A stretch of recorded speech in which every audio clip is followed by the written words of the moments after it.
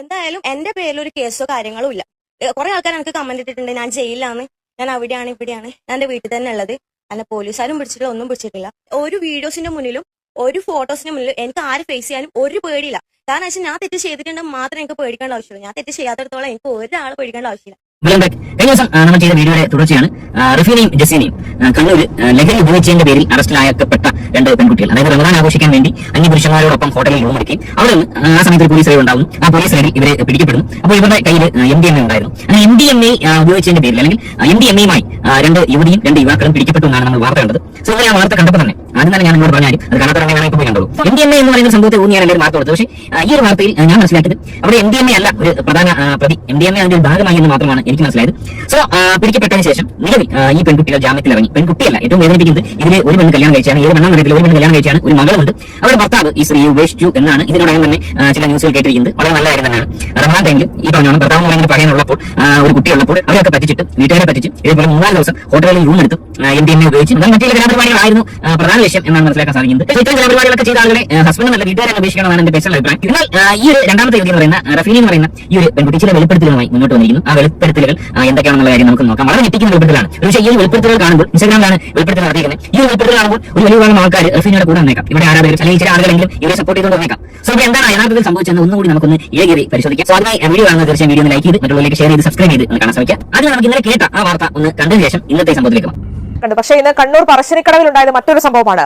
ലോഡ്ജിൽ മുറിയെടുത്ത ലഹരി ഉപയോഗിച്ച്, അതും രാസലഹരി ഉപയോഗിച്ച 4 പേരാണ് ഇന്ന് പിടിയിലായിട്ടുള്ളത്. ഇവരിൽ നിന്ന് MDMA പിടിച്ചെടുത്തിട്ടുണ്ട്. ഒപ്പം തന്നെ ഈ ലഹരി ഉപയോഗിക്കാനുള്ള ടെസ്റ്റ് ട്യൂബുകളും പിടിച്ചെടുത്തു. യുവതി യുവാക്കൾ ഉൾപ്പെടെ ഉള്ളവർ ഈ 4 പേർ കഴിഞ്ഞ 4 ദിവസമായി ജില്ലയിലെ വിവിധ സ്ഥലങ്ങളിൽ ഇങ്ങനെ താമസിച്ച് ലഹരി ഉപയോഗിച്ചു വരികയായിരുന്നു.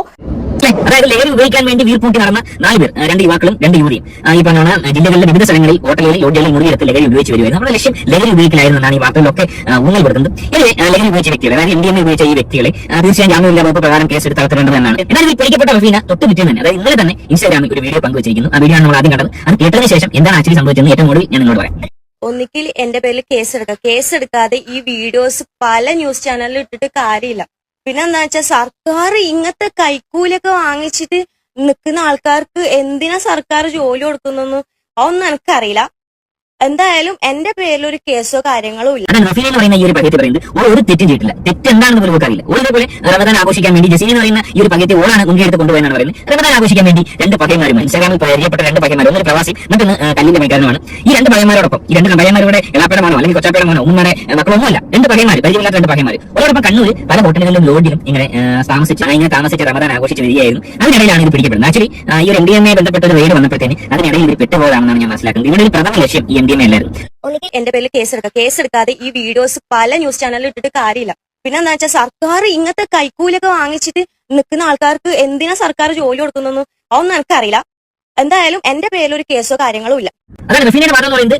റഫീനയും ഈ പറഞ്ഞ ജസീനയും കേസിൽ കൊടുക്കാൻ വേണ്ടി പോലീസുകാർ എക്സൈസുകാർ മുൻകൈ എടുത്തതിന് ശേഷം അവർ തന്നെ MDMA എവിടെ നിന്ന് പിടിച്ച MDMA കൊണ്ട് ഇവരുടെ ഈ ലോഡ്ജിൽ ഹോട്ടലുകളിൽ വെച്ചതിന് ശേഷം അവിടെ നിന്നും ഇത് എടുത്തതിന് ശേഷമാണ് ഇവരെ പിടിച്ചതെന്നാണ് പറയുന്നത്. പക്ഷെ എന്തിനാണ് ഹോട്ടലിൽ റൂം എടുത്തതെന്ന് എന്താ പറയാത്തത്?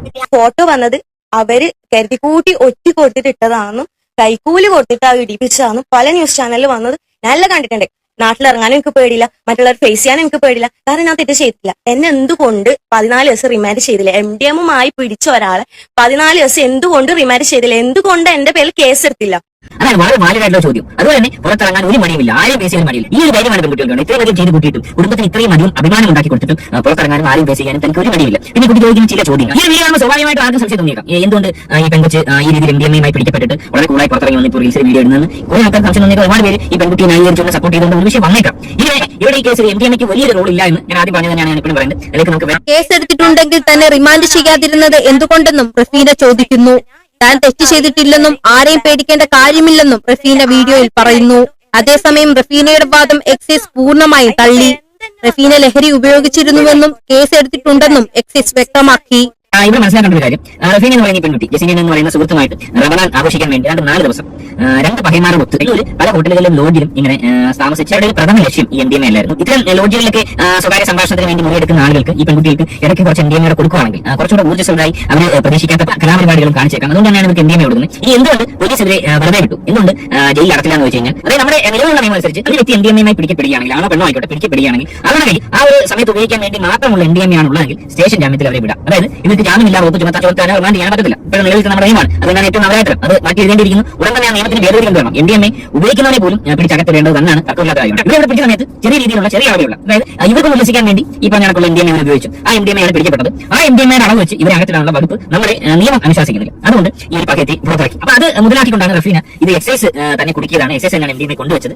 താൻ ഇത് ചെയ്തിട്ടുണ്ടെങ്കിൽ താൻ ഇങ്ങനെ പുറത്തിറങ്ങി വന്നുള്ള രീതി വീണ്ടെടുത്ത് മുഴുവൻ പരിപാടിയാണ് നടത്തിക്കൊണ്ടിരിക്കുന്നത്. എന്നാൽ 100% കേസ് എടുത്തിട്ടുണ്ടാവും. ഇത് ഇനി സമൻസ് കിട്ടിയാൽ മാത്രമേ FIR കേസ് എടുത്തിട്ടുണ്ടാവും. സമൻസ് കിട്ടിയാൽ മാത്രമേ റഫീനയ്ക്ക് മനസ്സിലാകത്തുള്ളൂ. റഫീന തീർച്ചയായും കോടതി കയറേണ്ടി വരുന്നുള്ള യാതൊരു സംശയമില്ല. ഇങ്ങനെ ഭർത്താക്കന്മാരും വീട്ടുകാരെയും ഒക്കെ പറ്റിച്ച് ഈ രീതിയിൽ അവരായത്തരത്തിന് പോകുന്ന ആൾക്കാർക്ക് ഒരു പാഠം തന്നെയാണ്. ഇവിടെ കൂടെ പോയി എന്ന് പറയുന്നത് കല്യാണം കഴിച്ചെന്ന് പറയുന്ന ഒരു പെൺകുച്ചിന് മോനാണെന്ന് പറയാം. വളരെ വീഡിയോ കാണിക്കാം. യാതൊരു ആവശ്യമില്ലായിരുന്നു ഇത്രയും അവരായത്തം കാണിക്കാം. റമദാൻ ടൈമിൽ അന്യ പുരുഷന്മാരോടൊപ്പം പോയി ഇതേപോലെ അവരായത്തം കാണിച്ചിട്ട് MDMA അടിച്ച് പിടിക്കപ്പെടുക. MDMA ഇല്ലാതെ ഇവരെ പിടിക്കില്ല. അതായത് ഇവരെ പിടിക്കാനും ഈ വാർത്ത വരാനുള്ള പ്രധാന കാരണം ഇവിടെ കഴിയുന്ന ഒരു നിശ്ചിത അളവിലെങ്കിലും MDMA കിട്ടിയെന്നുള്ളത്. മറ്റൊരു കലാപരിപാടികൾ കാണുന്നവർ റൂം എടുത്താൽ പോലീസ് ഒരിക്കലും ഇവരെ പിടിച്ച് ഇതേപോലെ വാർത്ത എടുത്തില്ലായിരുന്നു. ഇത്ര അവരായത്തിനാണ് കാണിക്കുന്ന അവരാധികൾക്ക് ഇതൊരു വലിയ പാഠം തന്നെയാണ്. ഈ വിഷയത്തിൽ നിങ്ങളുടെ അഭിപ്രായം കമന്റ് രേഖപ്പെടുത്തുക. മറ്റു വീഡിയോ കാണാം. അതിനെ ചാനൽ കാണുന്നവർ ഒന്ന് സബ്സ്ക്രൈബ് ചെയ്താണ്. ബൈ.